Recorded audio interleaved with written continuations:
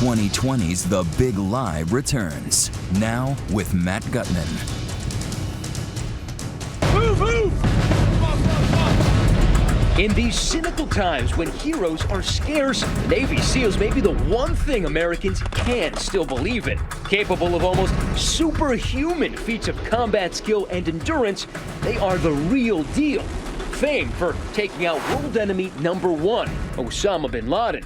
Hollywood has turned the SEALs' real-life exploits into big-budget movies, like the just-released flick Lone Survivor. So if you happen to meet a SEAL, you might react the way Carol Roberts did when she met A.J. Dickin. Clear it, come around, and shoot. With awe. What was your first impression of him? He's a big guy. He commands authority by his size. It was 2011 in Carson City, Nevada. Carol, herself a Navy vet, was a student at Dickin's military-style self-defense school. That's Dickin running and gunning in videos he made to promote his business. It looked like a lot of fun. Learning from a Navy SEAL was part of the fun, but Dickin wasn't just any old SEAL. He claimed tours of duty in Vietnam, Grenada, Desert Storm. You name it, he's been there, earning him the status as the most decorated Navy SEAL in history. If anyone asked for proof, he had his discharge papers at the ready, even emails from Colonel Oliver North. Punch to the head, shot to the throat. Dickin's self-defense school was a success, but he dreamed way bigger. He wanted to set up his own lucrative overseas security business. To bankroll his new venture, Dickin turned to a pair of local doctors enrolled in his self-defense classes.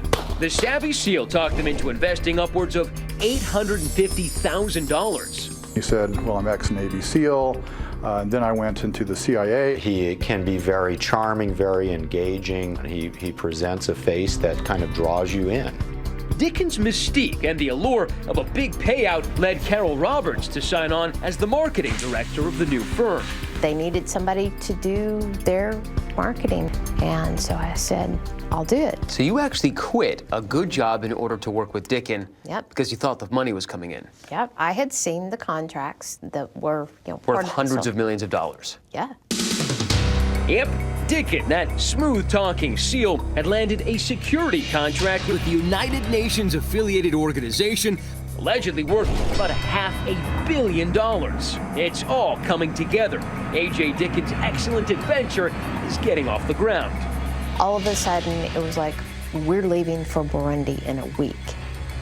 No, this isn't the script for an action flick, but the first bit of business for Dickin's new venture. Deep in the African nation of Burundi, there's a construction project looking to hire a security firm. Dickin leads an expedition there to seal the deal. Carol Roberts is part of that team, as is chief pilot Mike Reynolds.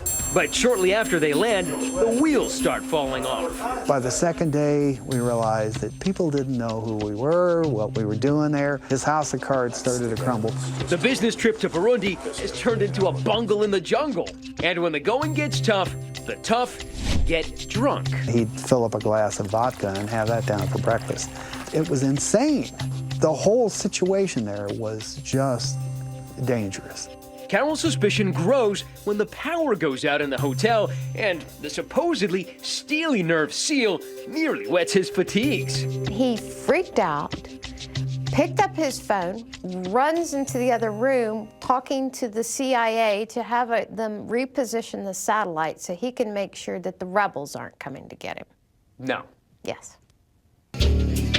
Just then, a friend back in the States tips Carol and the team off to a strange video just posted on YouTube. If I get one more phone call asking me to verify if A.J. Dickin was ever a Navy SEAL, I'm gonna take this grenade, pull the pin, and blow myself up! The guy in the video isn't some lunatic. He's actually a real former Navy SEAL, one Senior Chief Don Shipley. I knew right away you weren't a fake. All I gotta do is check your name. I'll check your name. Just like that, a couple of keystrokes. I'll tell you if that guy was ever sealing. Shipley has made it his personal mission to ferret out the fakes every single day using a special database only real SEALs can access. How many guys have you exposed? Thousands. Thousands. Oh, yeah. I verify on average at least 20 fraudulent SEAL claims every day. But Shipley says A.J. Dickin was no ordinary SEAL faker. For one thing, his claims were so over the top. Remember those discharge papers? The awards in here are outrageous. Why are they outrageous? Oh, he says he's got 2 medals of honor. That hasn't happened since World War I. In fact, Dicken never served a day in the military, and his phony resume was missing a few details, like the burglary conviction that landed him in a California prison. For the team back in Burundi, that last bit of Dicken's cover is blown to bits. But knowing he's a fraud is cold comfort. You're sitting in the middle of Africa with somebody that you're pretty convinced at this point is a sociopath at best, a psychopath at worst. The team hightails it back to Nevada, and Carol Roberts wastes no time blowing the whistle about the real A.J. Dicken. I went to one of the doctors with all of the evidence I had and said, you have a problem. It was all a great big fraud. Dicken was fired and skips town, leaving only burned bridges and emptied wallets. Months later, Dicken is back on the radar when ABC station KGO picks up his trail, leading to his parents' house outside Los Angeles. I need to talk to you about your Navy SEAL background. I don't have a Navy SEAL background. You told a lot of people that, didn't you? No, I did not. Now, true to form, Dicken heads for the hills again, but nobody is sure which hills until a few months ago. So we've been trying to track down Dicken for weeks now. Finally, we know where he is and where he's going to be. 2020 tracked Dicken to a secluded property in rural Arkansas, where the road ends. The man doesn't get out much anymore, but finally we spotted him. How you doing, Mr. Dicken? I have nothing to say to you. I'm not coming from ABC.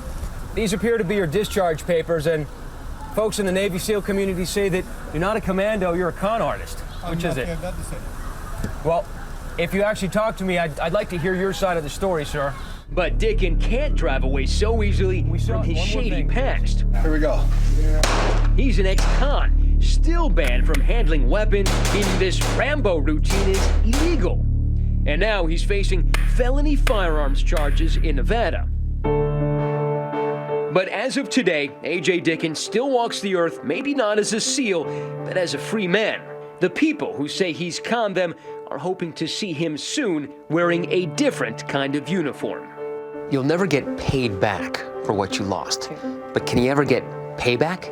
To be able to bring this to light and not just sweep it under the rug is what my payback's going to be. He's a coward and a liar, and that's all he has been, and that's all he ever will be.